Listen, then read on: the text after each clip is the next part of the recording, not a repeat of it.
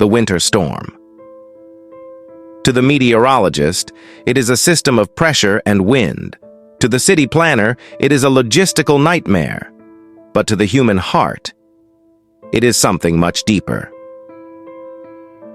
It is a storm that does not just freeze the ground, it enters the walls of your home, and it tests the strength of your mind. Tonight, you are going to understand something that millions of Americans feel, but few talk about. The biggest danger in a blizzard, or a polar vortex, or a blackout, is not outside you. It is inside you. The fear of losing power, the anxiety of losing warmth, the silence that becomes too loud, the sudden memories of storms that changed America forever.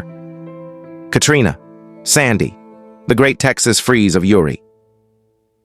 You feel it, don't you? The uncertainty, the tightness in your chest as the wind howls against the glass, the invisible pressure behind your breath, the haunting question, what if something goes wrong? Welcome to Mind Sky. Today, we are not just talking about the weather. We are going on a journey through the real psychological impact of winter storms. We will travel across every age group. We will look at history, science, and psychology. We will open the world's greatest books, and we will unlock the ancient wisdom of Buddhism to find the secret of inner calm. By the end of this video, you will not just survive the storm, you will master your mind. But before we discover the inner peace, we must understand who feels the pain the most and why every age faces a different fear. Stress is not the same for everyone. The storm speaks a different language to every generation. Let us look closely. First, the children. Ages 5 to 12. Children sense fear faster than adults. They are like emotional antennas. They watch their parents' faces. They hear the change in your tone. They feel the panic in your silence. And their small hearts absorb everything. To a child, a power cut isn't just an inconvenience. It feels like the world is disappearing. Darkness becomes a threat. Routine creates safety, and the storm destroys routine. During the 2021 winter storms, a little girl in Texas whispered to her mother, "Mom, is the world ending?" That is the weight a child carries. Second, the teenagers, ages 13 to 19. For them, the storm breaks their social lifeline. Isolation becomes louder. School pressure doesn't stop just because the snow falls. They scroll through dramatic videos on TikTok and Instagram, seeing disasters unfold in real time. Social media makes the storm feel bigger, closer, and more dangerous than it really is. Third, the young adults. The generation carrying the weight of survival and identity. If you are in your 20s or 30s, you are likely worried about the gig economy, lost wages, unsafe roads, the bills that keep coming even when the power goes out. This is the generation that thinks too much and sleeps too little. Fourth, middle-aged adults, the protectors. If this is you, you are the sandwich generation. You are responsible for everyone's safety. You check the pipes. You check the generator. You comfort the crying child. You call your elderly parents. You pretend to be strong, while you are quietly breaking inside. The mental load is heavier than the snow outside. And finally, the seniors, the most vulnerable among us. For the elderly, the storm is a reminder of mortality. It brings the fear of a fall, the fear of running out of medicine, the crushing weight of isolation. Many seniors say the same chilling sentence during winter storms: "I just hope I make it through the night." But age is only the beginning. To truly conquer this stress, we must understand the psychology behind it. Why does the brain panic when the snow falls? Why does a storm trigger such deep anxiety? Psychology gives us 5 clear reasons. Reason number 1, loss of control. The human brain hates unpredictability. We crave certainty. A storm removes control instantly. You cannot control the grid. You cannot control the temperature. And to the primitive brain, powerlessness equals danger. Reason number 2, survival mode. When the lights go out, your amygdala, the fear center of the brain, hijacks your logic. Thinking stops. Defending begins. Adrenaline rises. Rationality drops.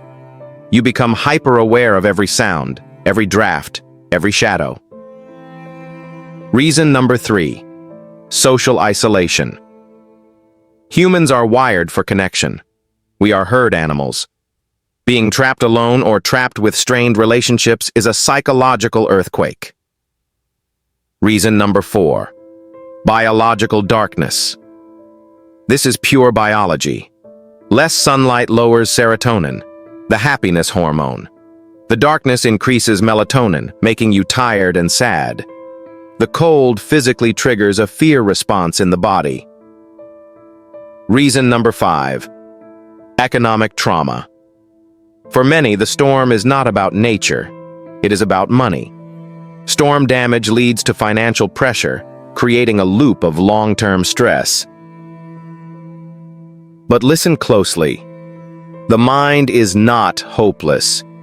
Just because the brain triggers fear does not mean you have to live in it. Psychology gives us weapons stronger than any storm. How do we fight back against the cold? We use the strongest tools known to science. Tool number 1, CBT, cognitive behavioral therapy. This theory teaches us a simple truth. Your thoughts create your fear. If you change your thought, you reduce your fear. Instead of thinking, we are going to freeze, force your brain to ask, what can I control right now? I can put on a sweater. I can light a candle. I can hug my family. Action kills anxiety. Tool number 2, Viktor Frankl's logotherapy. Frankl was a psychiatrist who survived the worst conditions imaginable. He taught the world, you can endure anyhow if you have a why. If your purpose is to keep your family calm, if your purpose is to be the leader of your home, that purpose will dissolve your fear. Tool number 3, the polyvagal theory. This is about your nervous system. When you feel panic rising, you must hack your body. Slow your breathing. Extend your exhale. This sends a signal to your vagus nerve that says, we are safe. Tool number 4, learned optimism. Dr. Martin Seligman taught us that optimism is not a personality trait. It is a muscle. You can train yourself to stay calm. You can choose to see the storm not as a disaster, but as a challenge to be overcome. But science is only one part of the puzzle. The world's greatest books have already shown us how to stay centered in chaos. Let us open the library of wisdom. What do the best-selling books tell us about surviving difficult times? Take The Power of Now by Eckhart Tolle. He teaches that stress comes from resisting the moment. We stress because we are imagining the future, a future where the pipes burst or the food runs out. But in the now, right this second, you are okay. You are breathing. You are alive. Storms force presence, and presence brings peace. Look at Atomic Habits by James Clear. How does this apply to a blizzard? Small actions build stability. Lighting a candle is a habit. Arranging supplies is a habit. Checking on a neighbor is a habit. Micro habits create macro resilience. And consider the Harvard studies on resilience. They found one undeniable fact. Helping others reduces your stress. Community is medicine. When you check on your neighbor, your own heart rate goes down. But long before books, science, or Harvard, there was an ancient philosophy that understood the human mind perfectly: Buddhism. Buddhism offers the deepest truth about staying calm during storms. It teaches us that the mind is the first shelter. If your house is warm but your mind is panicked, you will feel cold. If your mind is steady, even a freezing room feels manageable. The lesson of impermanence. The storm will pass. The cold will pass. The fear will pass. Everything changes. When you accept that the storm is temporary, you stop fighting it. You flow with it. The power of the second arrow. Buddha taught that when bad things happen, we are hit by two arrows.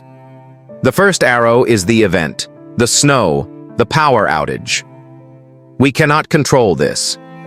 But the second arrow is our reaction, the anger, the why me, the panic. We shoot ourselves with the second arrow. Mind Sky invites you today. Put down the second arrow. Feel the cold, but do not create the suffering. Sila, Samadhi, Pana, morality, calmness, wisdom. This is the order that saves lives. First, do the right thing. Help your family, morality. Then breathe and steady your heart, calmness. Then make the right decision for survival, wisdom. A calm breath equals a calm mind. A calm mind equals a calm life. And when you join all this knowledge together, psychology, science, books, Buddhism, you receive something powerful, a mind that cannot be broken. So, will the winter storm increase mental stress? For the unprepared mind, yes. But for you? For the Mind Sky community? No. When you practice these teachings, anxiety falls, clarity rises. Your family looks at you and feels safe. You make wise decisions because your cortisol is low and your focus is high. You remain grounded. Stress becomes manageable. Resilience becomes natural.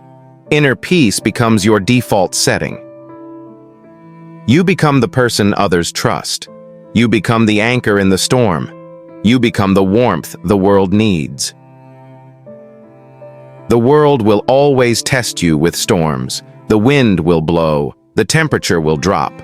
But the calm mind, the awake mind, the compassionate mind, always wins. Mind Sky is the only channel that brings you this unique combination. The world's greatest psychology, the deepest spirituality, the highest wisdom, comparing the best knowledge to give you the power to decide your path. We have shown you the way to reduce stress and become a powerful person. Now, the choice is yours. Stay calm. Stay focused. Stay unshaken. This is your Mind Sky journey. And it begins now.